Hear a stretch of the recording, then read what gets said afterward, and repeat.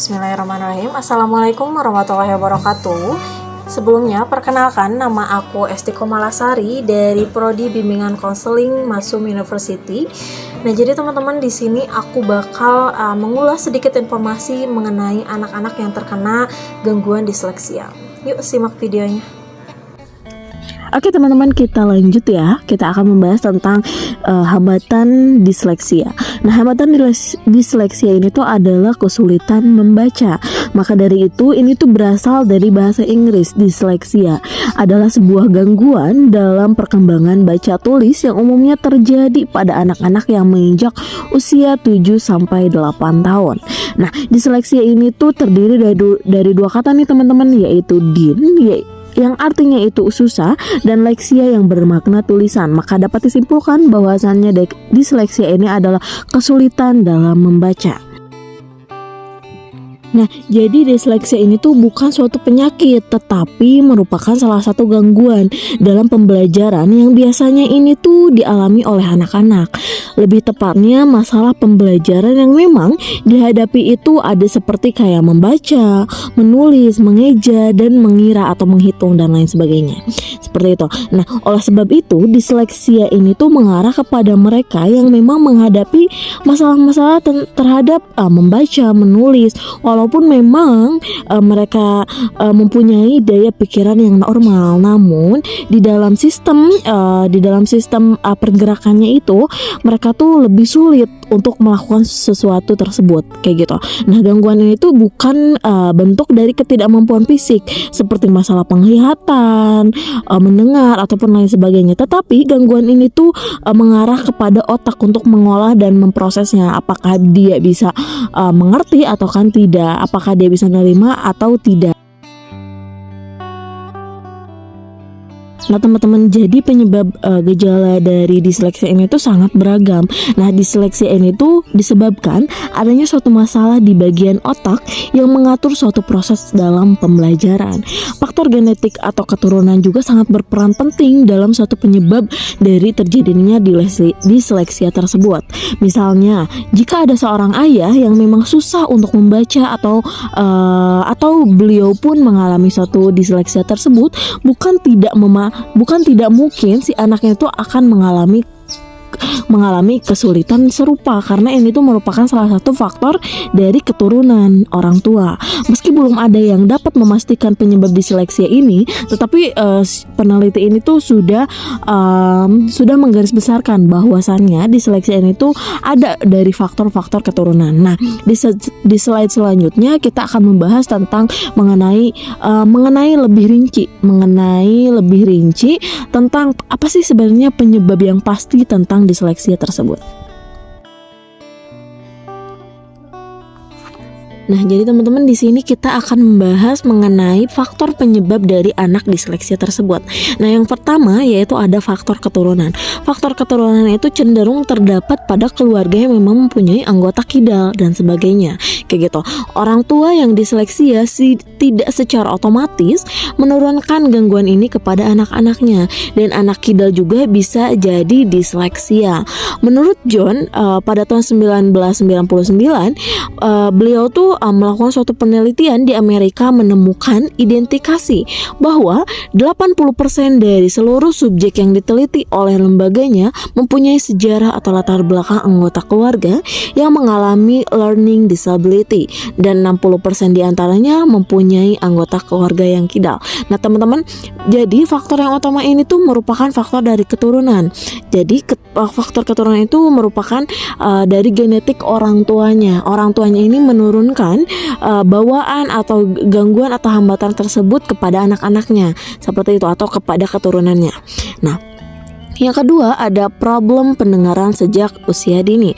Nah, apabila dalam usia anak 5 tahun pertama, seorang anak ini sering mengalami flu dan infeksi tenggorokan, maka kondisi ini dapat mempengaruhi suatu pendengaran dan perkembangan dari waktu ke waktu hingga menyebabkan kecacatan. Nah, kondisi ini tuh hanya dapat dipastikan melalui pemeriksaan intensif dan detail dari dokter ahli. Jika kesulitan pendengaran terjadi sejak dini dan tidak terdeteksi, maka Otak yang sedang berkembang akan sulit menghubungkan bunyi atau suara yang didengarkan dengan huruf atau kata yang akan dilihat. Nah, jadi teman-teman, penyebab atau faktor dari disleksia ini tuh yang kedua ini tuh ada problem tentang pendengaran.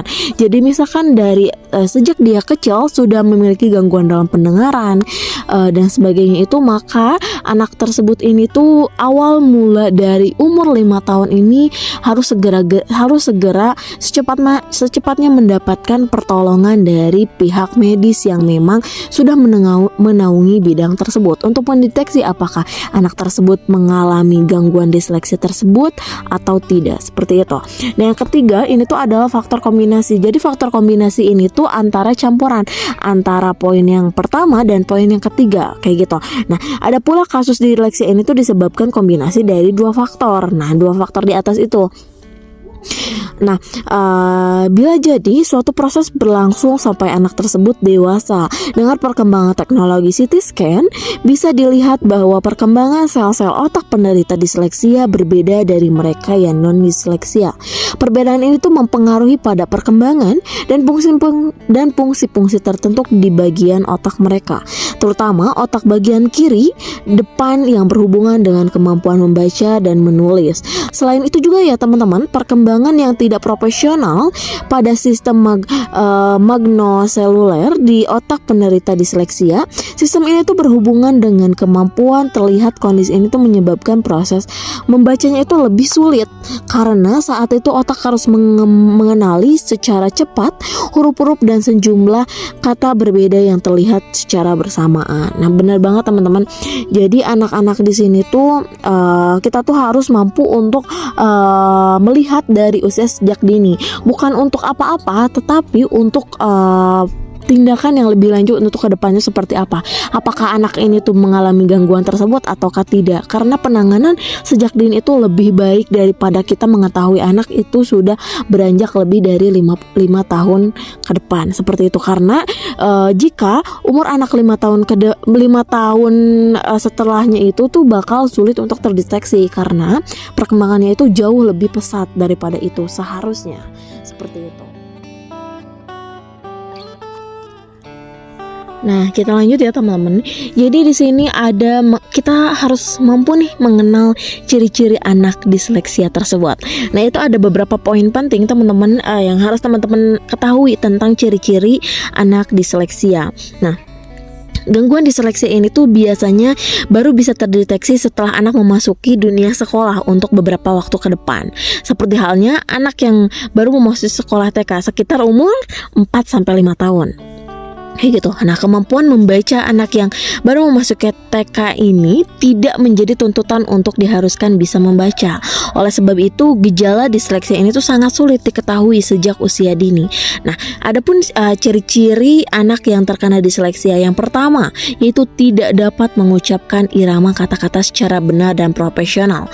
Yang kedua, kesulitan dalam mengurutkan huruf-huruf dan kata, misalnya kata saya. Yang ketiga, yaitu ada sulit menyuarakan fonem atau satuan bunyi dan memadukannya menjadi sebuah kata. Yang keempat, yaitu adalah sulit mengeja secara benar.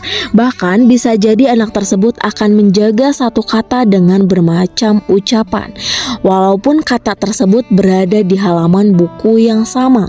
Yang kelima, sulit untuk mengeja kata atau suku kata dengan benar.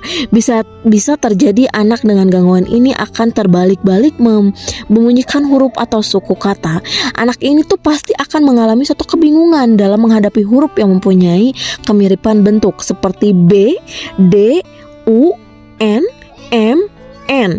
Nah, ia juga dapat membedakan huruf yang memiliki kemiripan bunyi seperti V, F, dan lain sebagainya, kayak gitu.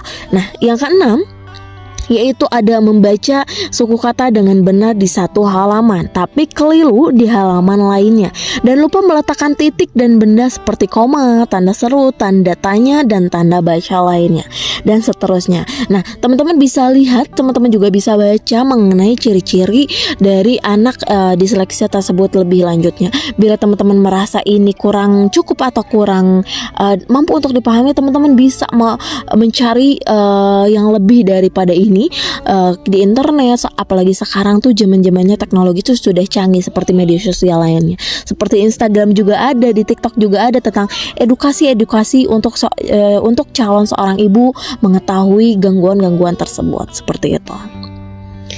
Nah, terus yang terakhir nih teman-teman, ada cara mengatasi anak-anak yang terkena disleksia. Yang pertama menggunakan metode multisensori.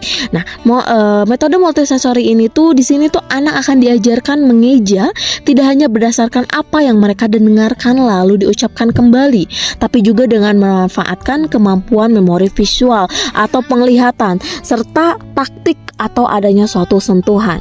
Dalam prakteknya, mereka diminta menulis huruf-huruf di udara dan di lantai, membentuk huruf dengan lilin atau plastisin, atau dengan menulisnya besar-besar di lembaran kertas. Nah, metode ini tuh dengan cara kita tuh berkreasi. Ini pukul ngarak. Nah, jadi metode ini tuh salah satu cara untuk kayak si anak itu berekspresikan atau mengeksplor, kayak kita tuh mencontohkan dengan huruf-huruf yang beragam dan lain sebagainya untuk menarik perhatian si anak agar mereka tuh rasa ingin tahu, rasa ingin belajarnya tuh semakin tinggi seperti itu. Nah, terus yang kedua ada membangun rasa percaya diri. Nah, membangun rasa percaya ini tuh dengan kita cara menyemangati mereka bahwa mereka tuh bisa, ayo bisa, kamu tuh bisa. Percaya diri itu harus dalam melakukan kegiatan sesuatu hal kayak gitu. Bagaimanapun caranya, kita seorang orang tua di rumah, orang tua di sekolah itu harus membangun suatu rasa percaya diri kepada si anak untuk melakukan hal tersebut dengan baik dan benar. Seperti itu. Nah, yang ketiga yaitu ada menggunakan terapi. Terapi ini tuh merupakan salah satu jalan terakhir jika poin pertama dan poin kedua ini tuh sulit untuk dilakukan. Terapi ini tuh bisa dilakukan dengan orang-orang profesional kayak gitu. Dengan kita menggunakan terapi kan setidaknya terapi ini tuh tidak akan jadi tidak harus membutuhkan waktu lebih dari satu pertemuan seperti itu. Jadi terapi ini tuh lebih ke kayak hal-hal yang memang harusnya bertahap dari mulai satu sampai seterusnya, tahap pertama sampai seterusnya seperti itu. Nah, mungkin terapi ini tuh adalah salah satu jalan terakhir yang bisa orang tua lakukan jika memang poin pertama dan kedua ini tuh sulit untuk kita terapkan seperti itu. Nah, jadi teman-teman, itulah informasi mengenai tentang gangguan disleksia yang sempat tadi aku jelasin. Semoga bisa bermanfaat bagi semuanya dan menambah suatu pengetahuan baru. Terima kasih, sampai jumpa.